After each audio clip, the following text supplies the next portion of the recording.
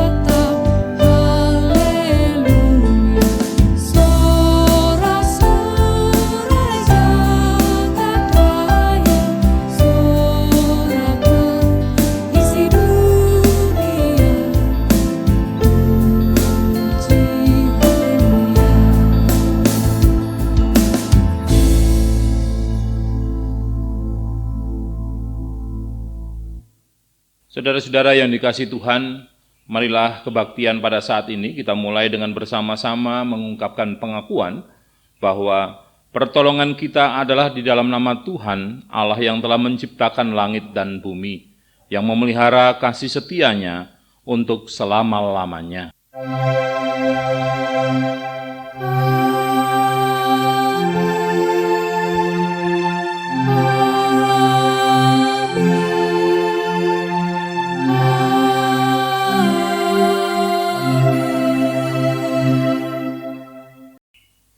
Kasih karunia, rahmat dan damai sejahtera dari Allah Bapa dan Tuhan Yesus Kristus menyertai saudara semua.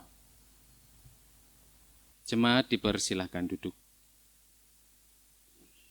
Saudara-saudara kekasih Kristus, nats ibadah kita hari ini diambil dari surat 1 Petrus 1, ayat yang ketiga sampai dengan ayat yang kelima.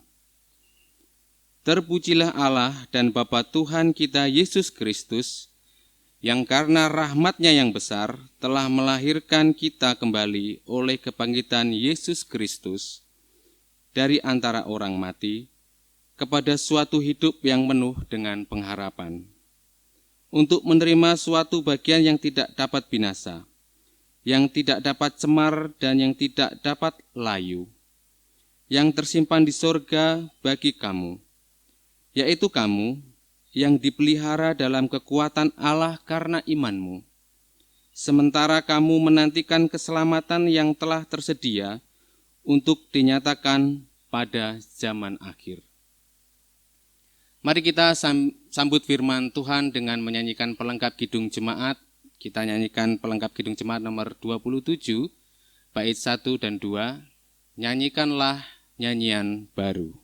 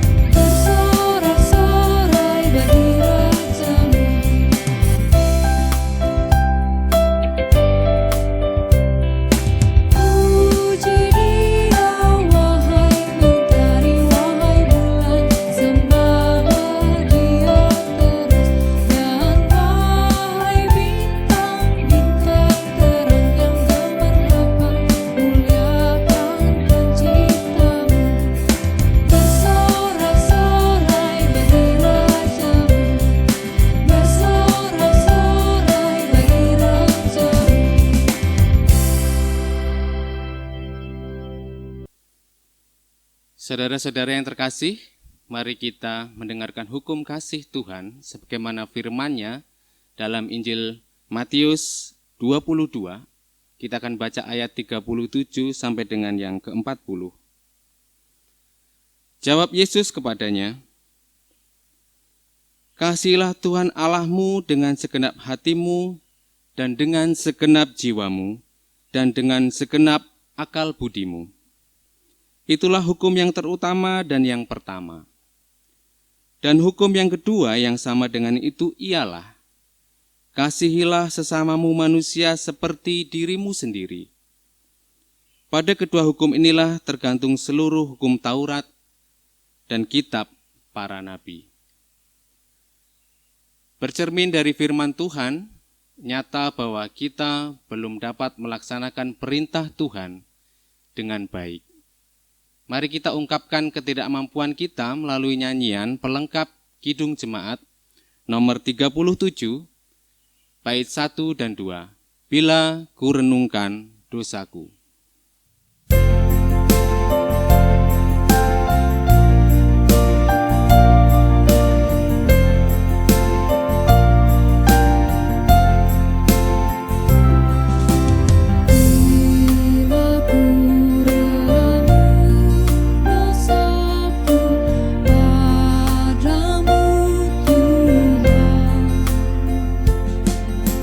Yang berulang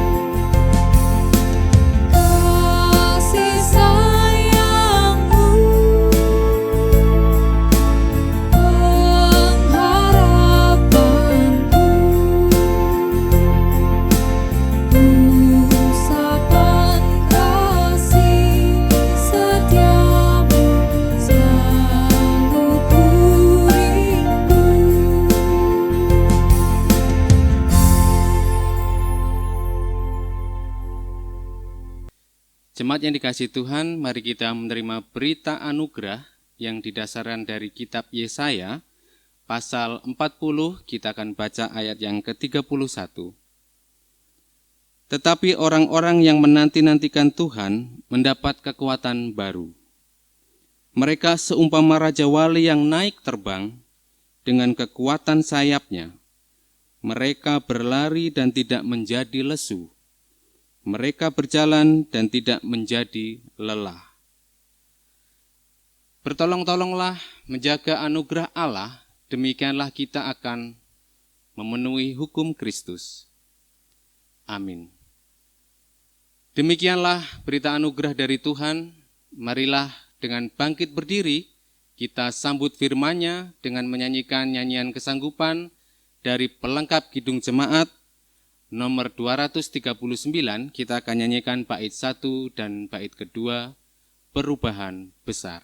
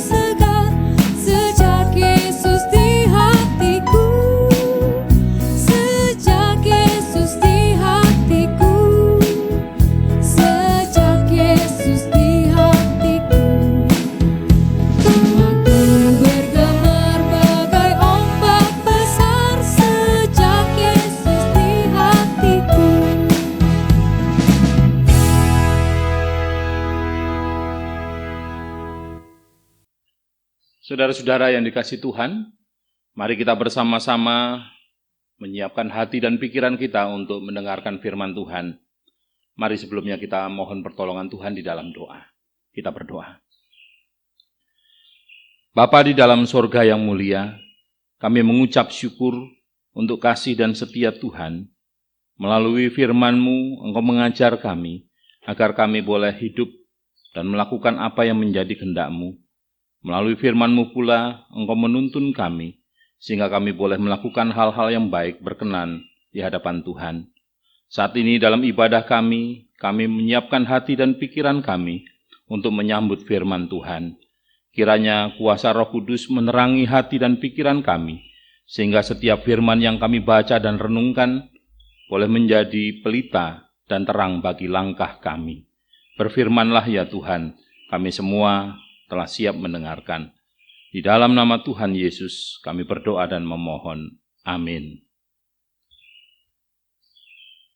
Bapak, Ibu, Saudara-saudaraku yang dikasihi Tuhan, pembacaan firman Tuhan pada minggu ini diambil dari dua bagian.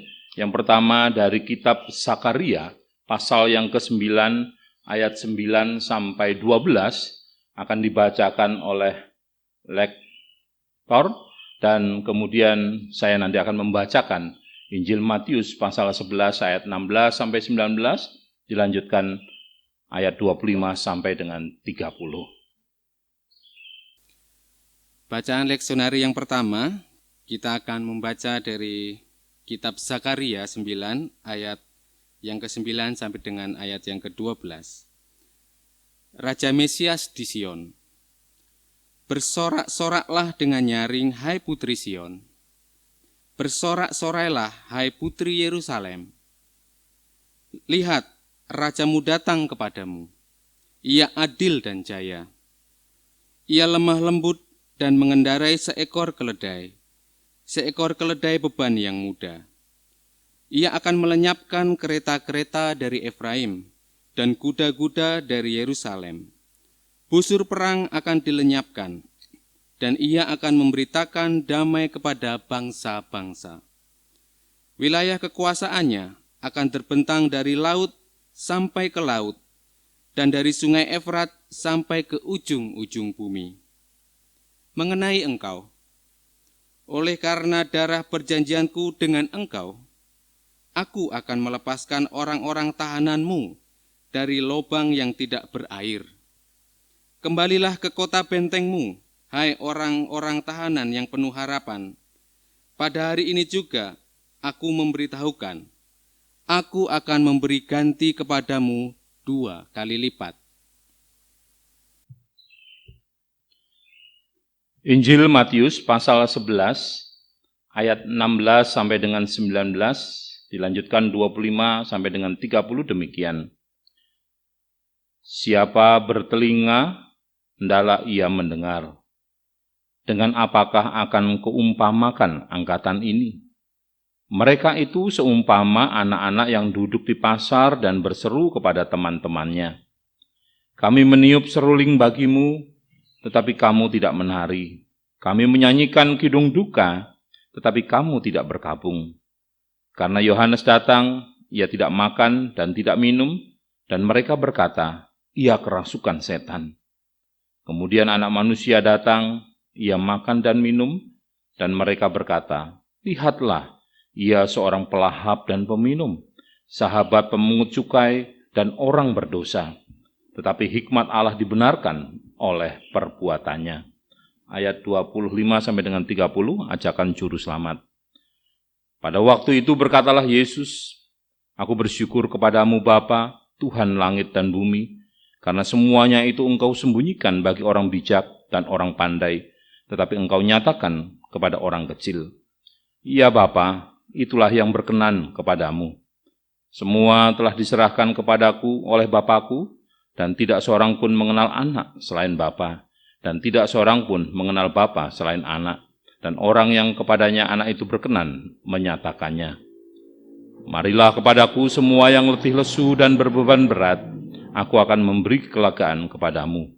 Pikulah kuk yang kupasang, dan belajarlah padaku, karena aku lemah lembut dan rendah hati, dan jiwamu akan mendapat ketenangan. Sebab kuk yang kupasang itu enak, dan bebanku pun ringan. Demikianlah firman Tuhan. Berbahagialah setiap kita yang setia mendengarkan dan melakukannya dalam hidup sehari-hari. Terpujilah nama Tuhan. Haleluya. Bapak Ibu Saudara-saudara yang dikasihi Tuhan, tema khotbah pada hari ini adalah pengharapan dalam Kristus membawa kelegaan.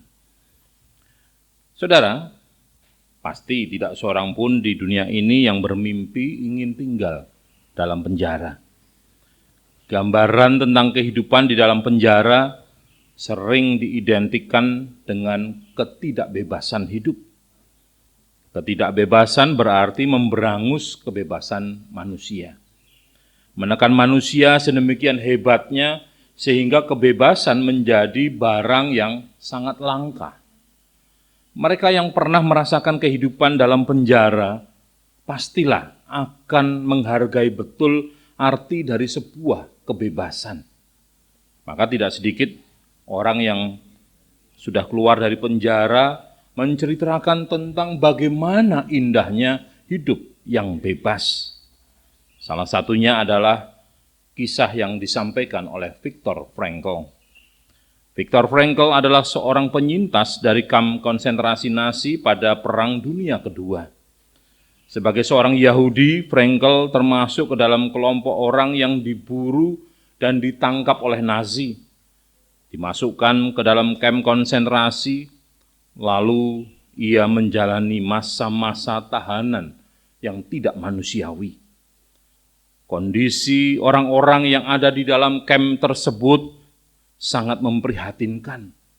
Tubuh mereka sangat kurus. Banyak dari mereka yang mati karena kelaparan. Itu pun ketika mereka berhasil lolos dari kamar gas. yaitu sebuah tempat pembunuhan massal dengan memakai gas beracun sebagai medianya. Frankl adalah sebagian kecil dari tahanan Yahudi yang berhasil selamat dari kamp konsentrasi Nazi yang ada di Auschwitz.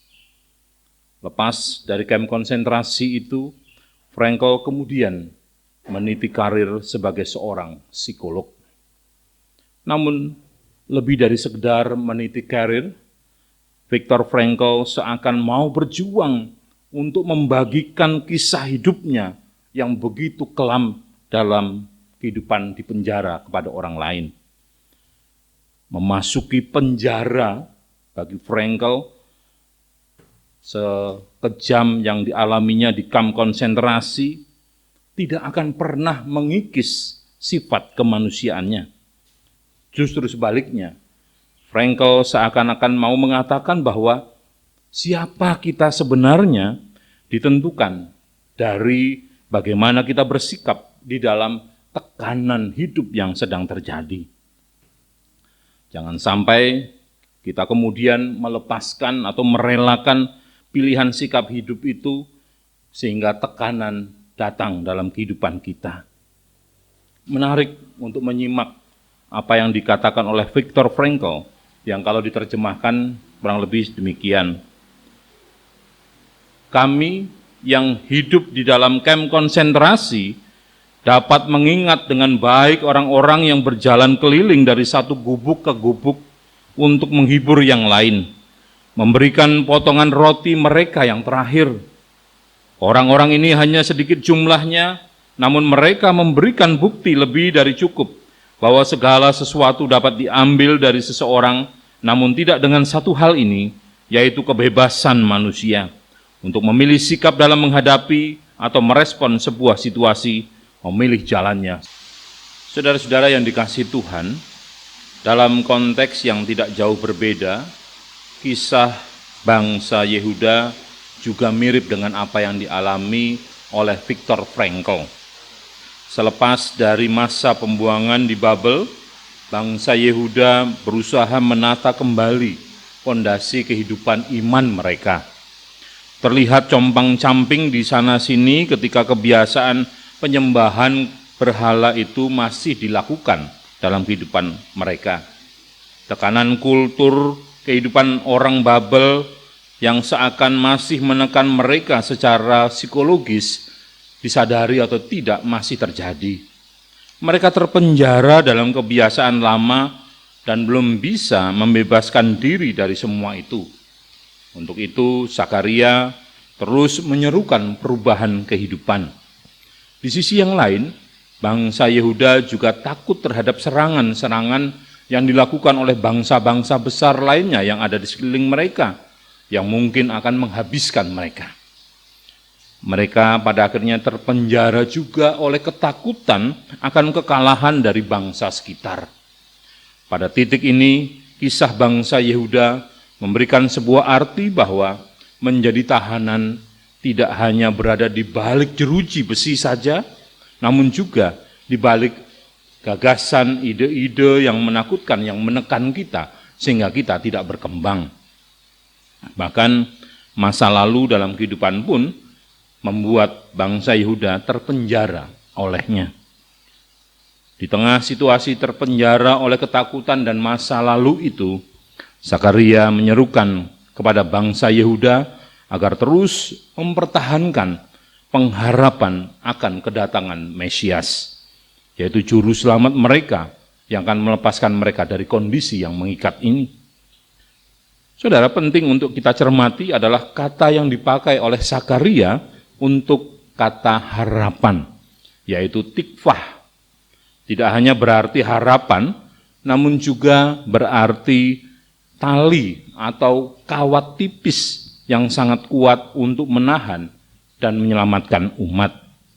Sama seperti tali yang pernah dipakai oleh Rahab untuk menyelamatkan pengintai Yerikho. Nyawa kedua pengintai itu pada akhirnya selamat oleh tali yang tipis. Ini menggambarkan betapa tipisnya harapan itu, namun cukup kuat untuk menjaga bangsa Yehuda. pengharapan akan kesetiaan terhadap Tuhan yang telah melepaskan mereka dari bangsa Babel. Tuhan yang sama akan menuntun mereka pada jalan keselamatan. Dan dalam masa kritis inilah pengharapan menjadi sangat penting. Dalam masa terkekang dalam penjara ketakutan inilah pengharapan akan pertolongan menjadi sangat esensial. Bentuk pengharapan yang paling mudah justru kita pelajari dari pengalaman hidup seorang anak kecil. Pada suatu hari seorang ayah pergi bekerja dan berjanji kepada anaknya bahwa ketika ia pulang ia akan membawa oleh-oleh berupa beruang, boneka beruang yang sangat disenanginya. Tetapi sayangnya hari itu sang ayah bekerja lembur sampai malam, hingga ketika ia sampai di rumah, ia berpikir pasti anaknya sudah tidur. Namun betapa kagetnya ketika ia menjumpai anaknya masih terbangun. Ia masih mencoba berusaha bertahan dari rasa kantuk yang hebat, karena percaya bahwa ayahnya akan pulang membawa boneka beruang yang diharapkannya. Tidak barang sedetik pun anak ini meragukan janji sang ayah. Inilah pengharapan. Dengan esensi yang sama seperti itulah umat berpengharapan. Tidak pernah menjadi lelah di dalam menantikan pengharapan. Bapak, Ibu, saudara-saudara yang dikasihi Tuhan, Paulus dalam kelemahannya juga berusaha untuk penuh dengan harapan. Paulus dengan lebih ekstrim bahkan menganalogikan tindakannya yang buruk itu dengan sesuatu yang ia inginkan. Ia menyebut keadaan dirinya sebagai tawanan hukum dosa. Manusia memiliki hasrat untuk terus berdosa, ditawan oleh hasrat dosa itu sendiri. Maka manusia sulit untuk bisa keluar dari kekangan hawa dosa ini tadi. Dalam kondisi yang demikian, Paulus menekankan pentingnya kekuatan yang datang dari Tuhan. Dengan gamblang, Paulus bertanya, siapakah yang akan melepaskan aku dari tubuh maut ini? Tubuh yang penuh dosa ini. Hanya oleh Yesus Kristuslah pembebasan itu dapat terjadi. Pengharapan itu terwujud menyambut kehidupan yang baru. Inilah hakikat pengharapan. Dia menopang ketika hendak jatuh, menahan ketika hendak tersandung, mengarahkan ketika hendak tersesat. Dan hanya pengharapanlah yang dimiliki oleh umat pada saat ini. Sama seperti Paulus yang mengakui kelemahan dirinya di hadapan keinginan daging dan dosa yang terus menjeratnya, seperti itu jugalah kelemahan umat manusia.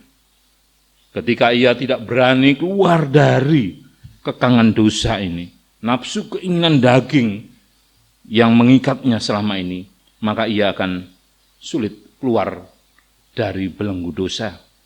Tanpa pertolongan Tuhan, maka kita tidak akan mampu melepaskan diri dari tekanan yang sangat mengikat ini. Kita tetap hidup dalam penjara ketakutan dan dosa yang tidak pernah terselesaikan. Saudara-saudara, kita pasti mengenal satu ungkapan kalimat Jawa, saiki jamane jaman edan, sapa sing ora edan ora keduman. Jamane Mas, jaman padudon. Siapa di antara kita yang mau edan? Pasti tidak ada yang mau. Kalimat yang disitir dari ramalan Jayabaya digubah sehingga lebih mudah dicerna, namun dengan esensi yang masih tetap sama. Ketika kita berkaca dengan kondisi kehidupan kekinian, atau anak-anak muda menyebutnya zaman now, seakan kita tergoda untuk menarik, mendekatkan ramalan Jayabaya ini ke zaman now. Terutama ketika kekerasan, pertikaian, dendam, kebencian, perpecahan, seakan sudah menjadi bagian dari kehidupan orang-orang zaman now. Lihat saja, gereja juga tidak lepas dari hal ini. Ketika sudah ada kata pokoknya, pasti perpecahan tidak akan terhindarkan. ketika orang dipaksa untuk edan agar dia bisa menikmati kehidupan apa yang diharapkannya, maka ia membawa pada sebuah situasi di mana bersikut-sikutan itu adalah hal yang biasa. Berebut kue yang sama karena tidak mau berbagi. Sehingga hal ini memunculkan ungkapan yang kedua, jujur pasti ajur. Kejujuran malah membawa kita pada petaka yang baru. Menjadi manusia yang baik, yang jujur dan rendah hati pada saat ini, ternyata malah membawa kehidupan kita pada hidup yang tidak memiliki apa-apa. Bahkan dianggap hidup yang lemah, hidup yang tidak sukses. Tampaknya ini sepadan dengan apa yang dikatakan oleh Tuhan Yesus yang menganalogikan angkatan ini sebagai angkatan yang bebal dan tidak peka akan panggilan Tuhan pada Matius 11 ayat 17 tadi. Pertanyaannya, akankah kita juga mau mendengarkan panggilannya pada saat ini? Mengurung diri dalam tekanan dan penjara keegoisan kita karena harga diri, karena malu, yang pada akhirnya kita membiarkan dosa itu disirami menjadi subur dalam hidup kita, dan pada akhirnya membuat hidup kita penuh dengan tekanan yang tiada henti. Walaupun kita aktif dalam aktivitas bergereja, dalam kegiatan-kegiatan rohani, ketika dosa itu hanya ditutup-tutupi, tidak diselesaikan, maka yang terjadi adalah ia akan terus mengikat dan membawa kesengsaraan dalam hidup. Saudara-saudaraku yang dikasihi Tuhan, kasih Allah yang sedemikian besar menunjukkan kepeduliannya kepada umat. Ia tidak pernah bosan untuk menyapa umatnya, bahkan selalu membuka dan mengulurkan tangannya dan berkata, "Marilah kepadaku semua yang letih lesu dan berbeban berat, aku akan memberi kelegaan kepadamu." Keletihan yang dialami oleh karena berbagai persoalan hidup yang ditutup-tutupi, kadang membuat manusia itu kehilangan semangat. Ia masih merasa ada kekuatan dalam dirinya untuk bertahan. Sampai kapan ia bertahan? Dalam situasi yang demikian, Tuhan Yesus ingin memberi kekuatan dan kelegaan kepada mereka yang mau datang kepadanya. Sayang sekali, ayat ini sering digunakan untuk menghibur diri, bahkan yang lebih tragis, dipenggal sampai di sini tanpa diteruskan. Yesus memang memberi kelegaan, bahkan menjamin kelegaan itu akan dialami. Namun ayat selanjutnya perlu kita perhatikan. Pikulah kuk yang kupasang dan belajarlah padaku, karena aku lemah lembut dan rendah hati, dan jiwamu akan mendapat ketenangan. Ayat 29 dan 30. Apa yang dimaksud dengan kuk? Kuk adalah beban yang sengaja dipasang seperti seekor kerbau yang akan melakukan tugasnya membajak tanah. Ia dilingkari sebuah alat yang disebut kuk untuk menarik beban yang berat. Saudara, dalam hidup ini tidak sedikit orang percaya yang merasa galau menghadapi tekanan hidup, kesulitan, ancaman, bahkan penderitaan. Semua orang menginginkan hidupnya aman, tentram, sehat, dan banyak berkat.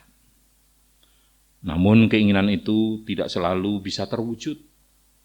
Bersyukur kita memiliki Tuhan Yesus yang tahu permasalahan hidup yang kita alami.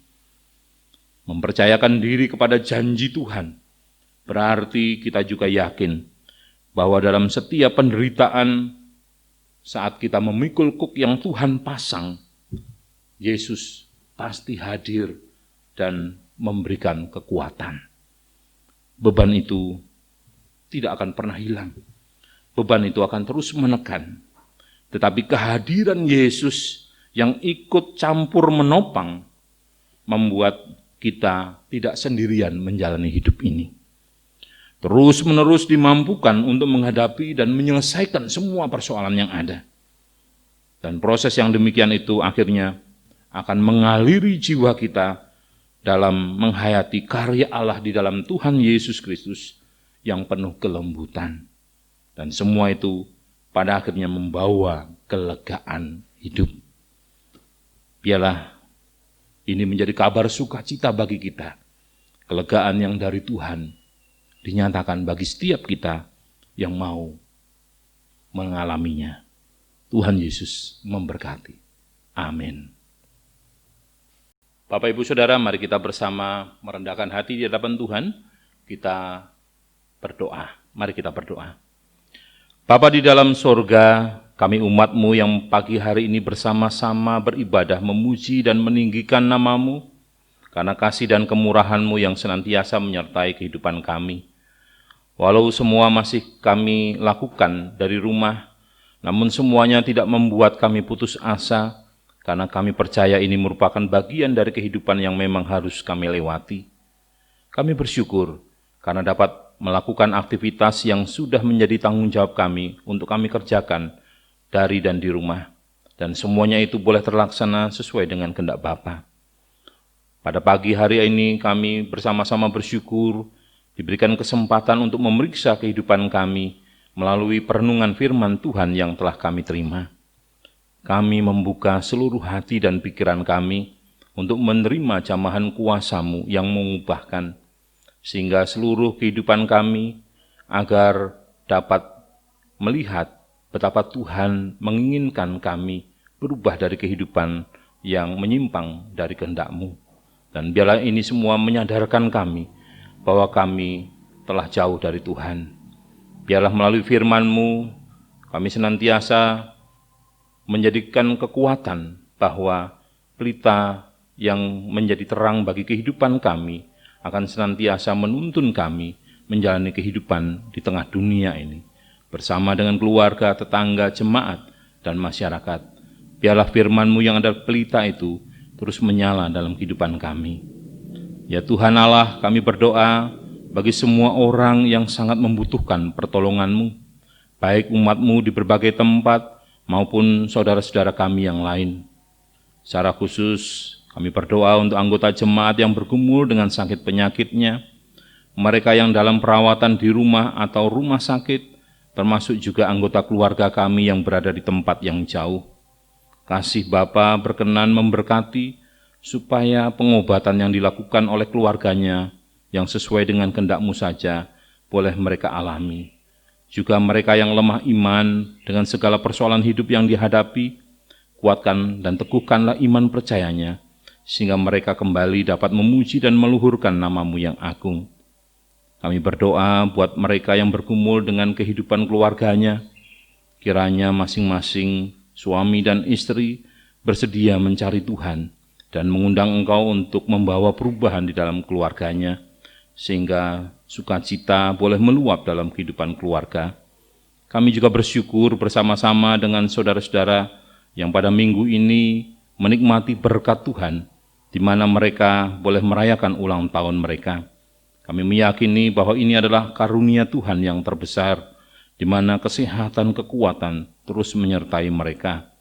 Demikian juga yang merayakan ulang tahun pernikahan, agar menjadi sebuah refleksi iman bahwa Tuhan yang telah membangun kehidupan keluarga, Tuhan juga yang akan menyertai kehidupan rumah tangga mereka. Kami juga berdoa untuk bangsa dan negara kami, kiranya berkat Tuhan menyertai para pemimpin bangsa kami, Bapak Presiden Joko Widodo beserta dengan seluruh menterinya. Kiranya kasih setia-Mu saja ya Tuhan, yang menyertai para pemimpin yang telah Engkau percaya untuk memimpin rakyat ini dengan jujur, adil, dan makmur, untuk dapat melaksanakan tugasnya dengan bijaksana, membawa perubahan kehidupan di tengah-tengah rakyat, agar rakyat bisa hidup damai, aman, dan sejahtera. Berikanlah kesehatan dan kekuatan bagi para pemimpin bangsa kami, agar mereka dapat melaksanakan tugas mereka dengan baik. Kami juga berdoa di dalam menyikapi perkembangan COVID-19 yang menimbulkan persoalan besar di tengah-tengah bangsa kami. Biarlah para menteri dan seluruh jajaran pemerintahan bangsa kami ini ya Tuhan, yang ada di pusat sampai dengan daerah, melakukan tugas mendukung kebijakan Presiden di dalam rangka menstabilkan situasi ekonomi yang berdampak kepada masyarakat. kebijakan pelonggaran PSBB yang sudah dilakukan dan menerapkan masa normal baru, kiranya semua dilakukan dalam hikmat pertolongan Tuhan untuk memberikan pemulihan bagi bangsa ini. Bapa di surga, kami juga berdoa bagi persekutuan jemaat-Mu di sini. Kami mohon berkat Tuhan atas segala persiapan yang dilakukan oleh majelis jemaat-Mu di sini dalam rangka akan membuka kembali kebaktian di gereja sesuai dengan protokol COVID-19. Kiranya mendapat dukungan dari seluruh anggota jemaat sehingga kebaktian di gereja bisa berjalan dengan rasa aman. Penjemaatan atau sosialisasi tentang tata cara pelaksanaan kebaktian di masa normal baru pada seluruh anggota jemaat yang nantinya dilakukan oleh majelis, kiranya juga akan dapat dipahami dan diterima dengan baik oleh jemaat, dan jemaat bersedia mengikuti protokol COVID-19 dengan penuh sukacita. Biarlah hikmat dan kebijaksanaan Tuhan saja yang menyertai majelis di dalam melaksanakan semuanya. Kami semua juga yang masih bekerja dan berinteraksi dengan banyak orang di luar rumah di dalam masa normal baru, karena pekerjaan yang kami lakukan, Bapa, kiranya Engkau juga menjagai kami, sehingga kami tetap memelihara kedisiplinan dan tidak terjangkit virus corona ini.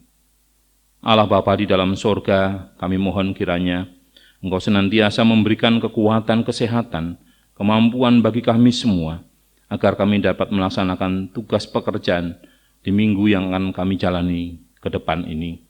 Engkau memberkati tugas pekerjaan kami masing-masing, baik sebagai pegawai negeri, pegawai swasta, wira swasta, buruh, tukang, supir, petani, dan lain sebagainya, agar berkat-Mu mengalir deras, memenuhi kehidupan mereka, dan mencukupkan apa yang menjadi keperluan mereka. Ajarkanlah kami juga untuk tahu berterima kasih dan mengucap syukur, baik dalam segala hal, suka dan duka. Bapa di surga, inilah doa syukur dan permohonan kami, yang semuanya kami alaskan di dalam nama Putra-Mu yang tunggal, Tuhan Yesus Kristus, yang telah mengajarkan kami untuk bersama-sama kami berdoa. Bapa kami yang ada di sorga, dikuduskanlah kiranya nama-Mu, datanglah kerajaan-Mu, jadilah kehendak-Mu di bumi seperti di sorga. Berikanlah kami pada hari ini makanan kami yang secukupnya, dan ampunilah kami akan kesalahan kami, seperti kami juga mengampuni orang yang bersalah kepada kami. Dan janganlah membawa kami ke dalam pencobaan, tetapi lepaskanlah kami daripada yang jahat, karena Engkau yang punya kerajaan dan kuasa dan kemuliaan sampai selama-lamanya. Amin. Kau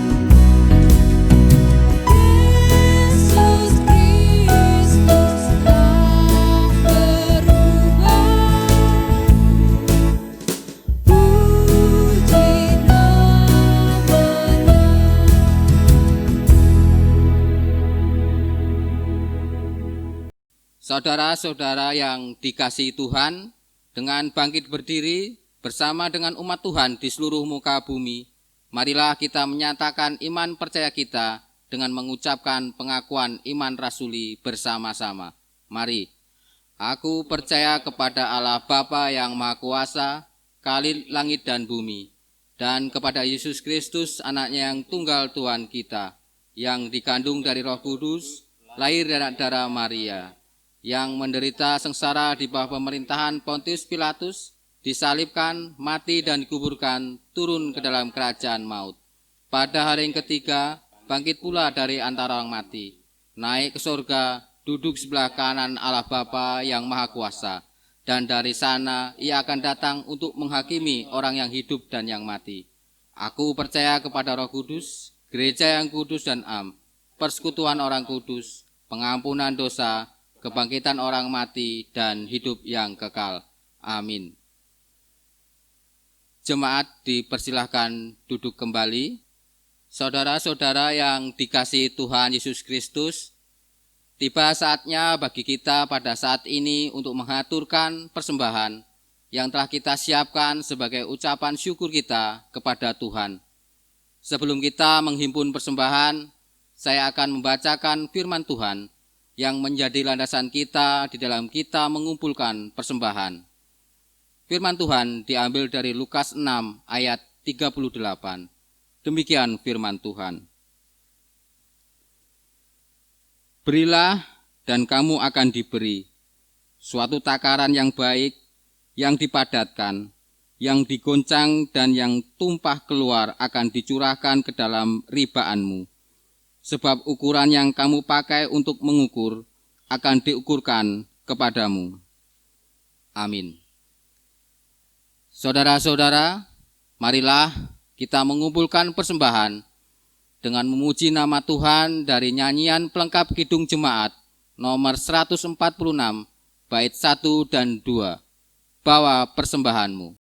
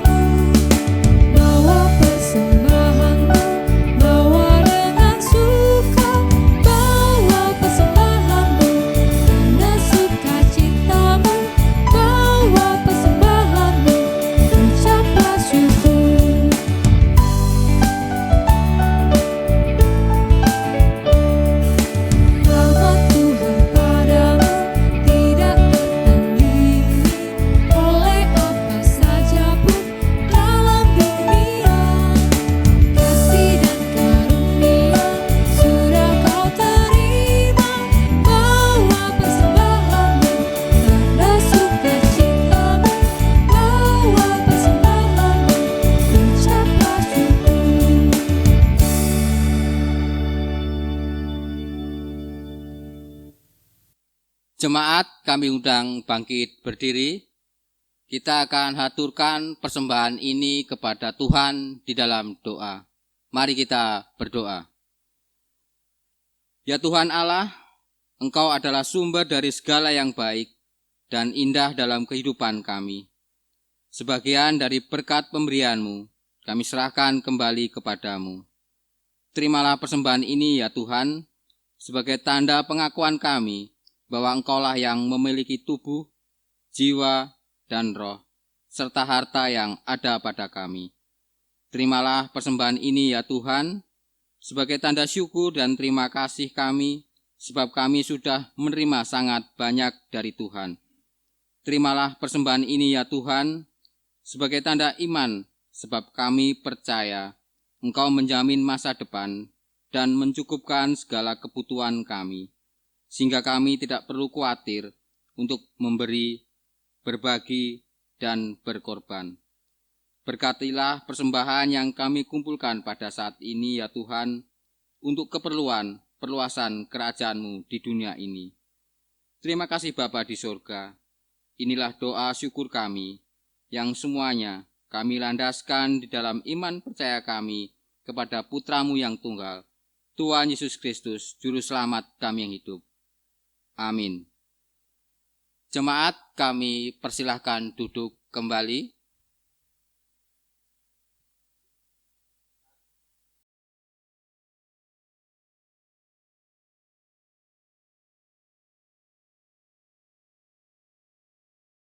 Bapak, Ibu, Saudara-saudara yang dikasihi Tuhan, hari ini di dalam ibadah kita akan merayakan perjamuan kudus.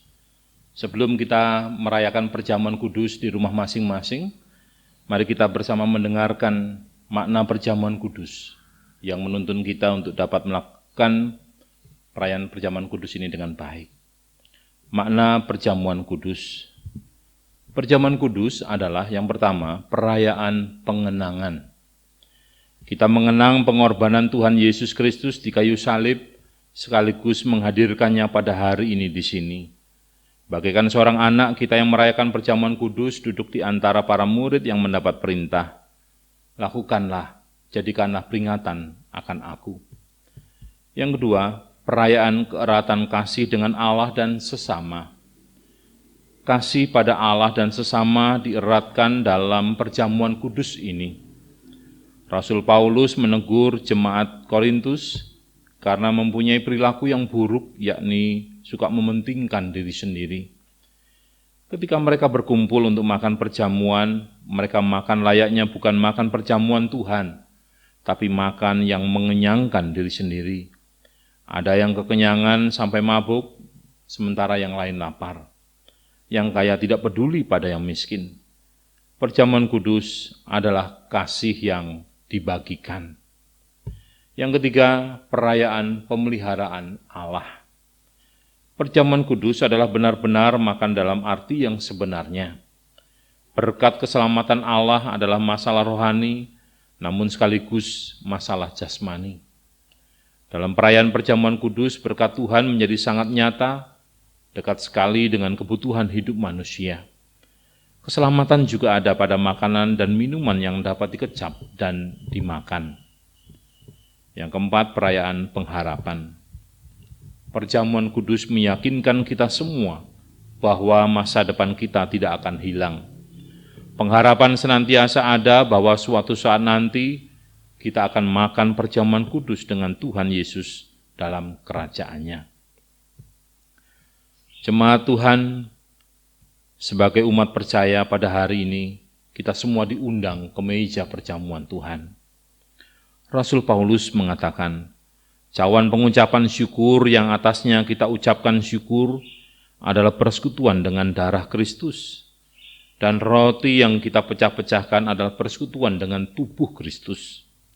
Karena roti adalah satu, maka kita sekalipun banyak adalah satu tubuh.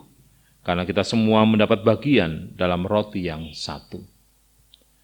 Mari kita membuka hati untuk menerima satu sama lain dengan kasih. Mari kita saling memberi maaf dan pengampunan satu sama lain, sehingga persekutuan kita di meja perjamuan ini akan menghadirkan damai sejahteranya. Mari kita mengundang di dalam hati kita masing-masing, damai Kristus yang telah membangun persekutuan ini, damai Kristus yang akan selalu mendamaikan kita terhadap sesama, dan juga damai Kristus yang akan terus mendamaikan kita dengan segenap ciptaan. Marilah kita mengarahkan hati dan pikiran kita kepada Tuhan. Marilah kita memuliakan Allah dengan segenap hati kita. Mari kita mohon pertolongan Tuhan di dalam doa.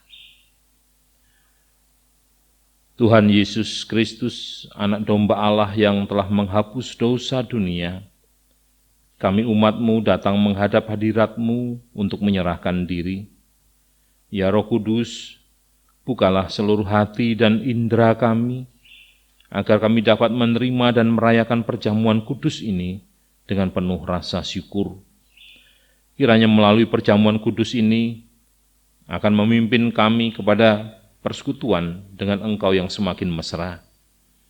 Kami bersyukur diberi kesempatan untuk mengecap betapa baiknya Engkau Tuhan yang telah berbagi kehidupan kepada kami. Damai dan cinta kasih-Mu memenuhi meja perjamuan ini, dan terimalah kami dengan cinta kasih-Mu. Amin.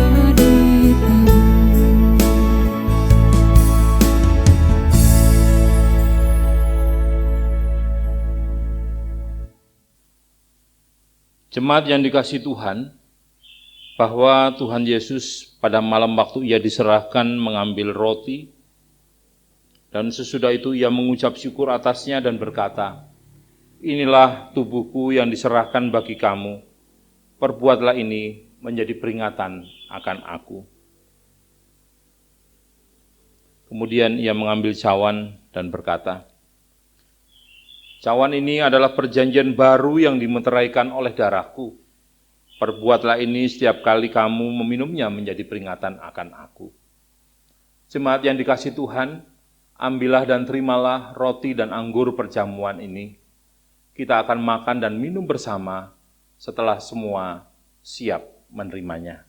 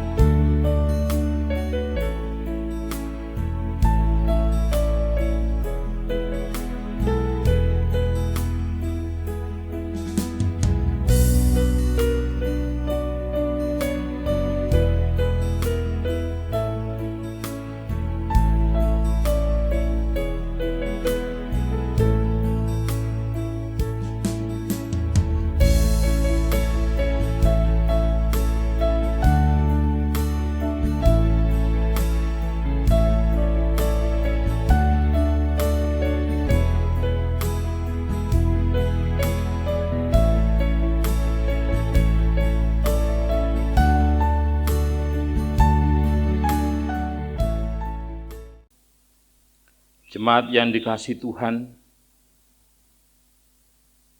sebagai kesatuan tubuh Kristus di tempat ini, marilah kita mengamini firman Tuhan yang berkata demikian, "Akulah roti hidup, barang siapa percaya kepadaku, ia tidak akan lapar lagi, dan barang siapa percaya kepadaku, ia tidak akan haus lagi. Makanlah dan kecaplah, lihatlah betapa baiknya Tuhan yang telah berbagi kehidupan kepada kami semua." Mari kita terima, kita makan roti ini bersama-sama. Mari.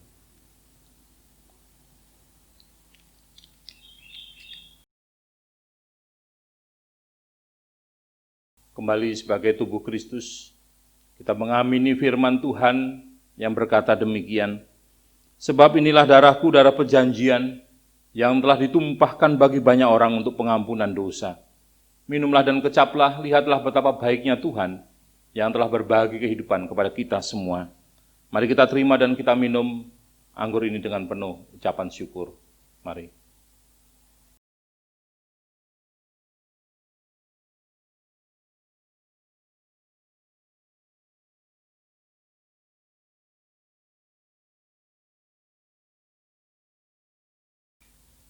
Jemaat yang dikasihi Tuhan, mari kita bermazmur bagi Tuhan, menyatakan syukur atas pemeliharaan Tuhan melalui perjamuan kudus yang kita rayakan saat ini. Kita membuka Mazmur pasal 103, ayat 1-18. Saya akan membacakan bagian yang keluar Bapak Ibu Saudara pada bagian yang masuk ke dalam. Pujilah Tuhan, hai jiwaku. Pujilah Tuhan, hai jiwaku. Dan janganlah lupakan segala kebaikannya. Dia yang mengampuni segala kesalahanmu, yang menyembuhkan segala penyakitmu, Dia yang menebus hidupmu dari lubang kubur, yang memahkotai engkau dengan kasih setia dan rahmat, Dia yang memuaskan hasratmu dengan kebaikan, sehingga masa mudamu menjadi baru seperti pada burung raja wali. Tuhan menjalankan keadilan. Dan berhukum bagi segala orang yang diperas. Ia telah memperkenalkan jalan-jalannya kepada Musa. Perbuatan-perbuatannya kepada orang Israel. Tuhan adalah penyayang dan pengasih. Panjang sabar dan berlimpah kasih setia. Tidak selalu Ia menuntut, Dan tidak untuk selama-lamanya ia mendendam. tidak dilakukannya kepada kita setimpal dengan dosa kita. Dan tidak dibalasnya kepada kita setimpal dengan kesalahan tetapi setinggi langit di atas bumi. Demikian besarnya kasih setianya atas orang-orang yang takut akan Dia. Sejauh timur dari barat, Demikian dijauhkannya daripada kita pelanggaran kita. seperti Bapa sayang kepada anak-anaknya, Demikian Tuhan sayang kepada orang-orang yang takut akan Dia. sebab Dia sendiri tahu apa kita. Dia ingat bahwa kita ini debu, Adapun manusia hari-harinya seperti rumput. seperti bunga di padang, demikianlah ia berbunga. Apabila angin melintasinya, maka tidak ada lagi ia. Dan tempatnya tidak mengenalnya lagi. Tetapi kasih setia Tuhan Dari selama-lamanya sampai selama-lamanya atas orang-orang yang takut akan Dia, dan keadilannya bagi anak cucu. bagi orang-orang yang berpegang pada perjanjiannya. Dan yang ingat untuk melakukan titahnya. Bapak Ibu Saudara yang dikasihi Tuhan, kita telah menerima pemeliharaan Tuhan melalui perjamuan kudus yang kita rayakan saat ini. Mari bersama-sama kita menghaturkan persembahan dengan kita iringi dengan nyanyian dari kidung pelengkap kidung jemaat 147 bait 1 dan 2. Di sini aku bawa.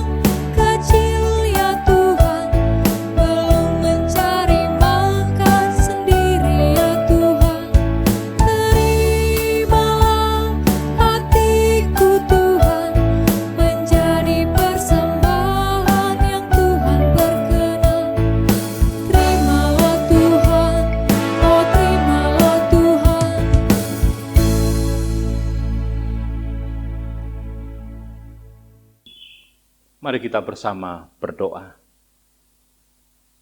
Bapa di dalam sorga yang mulia, kami mengucap syukur oleh karena perkenanan-Mu, kami umat Tuhan boleh merayakan perjamuan kudus sebagai tanda pemeliharaan Tuhan atas kehidupan kami. Melalui perjamuan kudus yang kami rayakan pada saat ini, kiranya semakin menguatkan dan memberikan pengharapan yang besar bagi kami untuk menjalani kehidupan yang Tuhan sediakan. Kami mohon penyertaan dan pimpinan Roh Kudus-Mu saja, sehingga setiap hal yang kami lakukan boleh berkenan di hadapan Tuhan. Di dalam nama Tuhan Yesus Kristus Juru Selamat, kami berdoa dan mengucap syukur. Amin.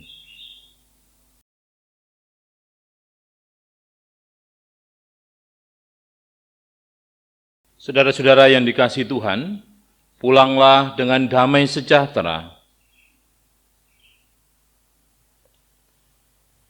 Arahkanlah hati dan pikiranmu kepada Tuhan.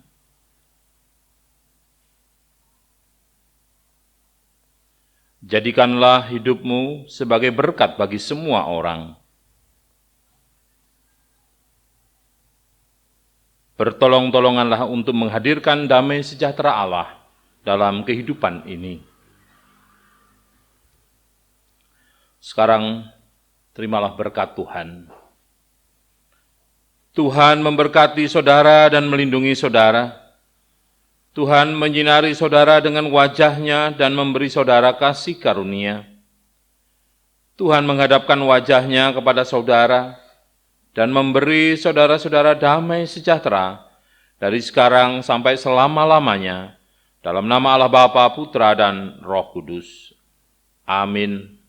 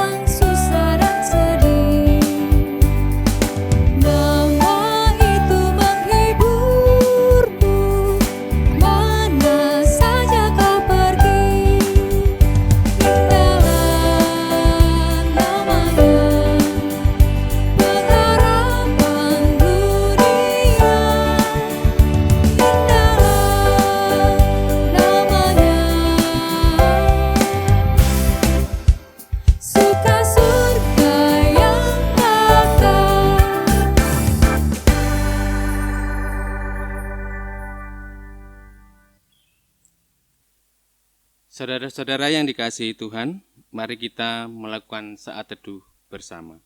Mari. Terpujilah namamu ya Allah Bapa di dalam sorga, atas pimpinan dan penyertaan-Mu di dalam kebaktian kami pada pagi hari ini. Biarlah firman Tuhan selalu menjadi pelita bagi langkah kami dan terang bagi jalan kami di dalam kehidupan yang kami jalani di dunia milik Tuhan ini.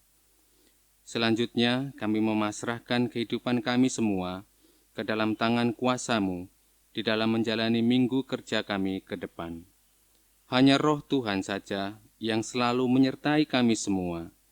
Di dalam nama Tuhan Yesus Kristus, Juru Selamat kami yang hidup, kami berdoa dan bersyukur. Amin. Bapak, Ibu, dan Saudara semuanya, demikianlah kebaktian kita pada minggu ini. Kiranya benih-benih firman Tuhan yang sudah ditaburkan di dalam hati kita masing-masing dalam kebaktian hari ini selalu memberkati kehidupan kita dan keluarga kita semua di dalam menjalani kehidupan kita setiap hari. Sambil menunggu peraturan Wali Kota Metro tentang aturan beribadah, sementara kita masih akan beribadah di rumah masing-masing, majelis juga akan melengkapi semua persyaratan yang dibutuhkan dalam rangka mengurus izin beribadah yang bebas dari COVID-19, termasuk prasarana yang dibutuhkan untuk kita memulai beribadah di gereja dalam masa normal baru ini. Mari kita tetap bersabar menantikan saatnya di mana kita semua pasti akan beribadah di gereja kembali, tentu dengan tatanan yang baru, mengikuti protokol kesehatan dalam hal beribadah. Selamat pagi Bapak Ibu Saudara semua, selamat berkarya, tetap semangat dan berpengharapan. Tuhan Yesus memberkati kita semua. Shalom.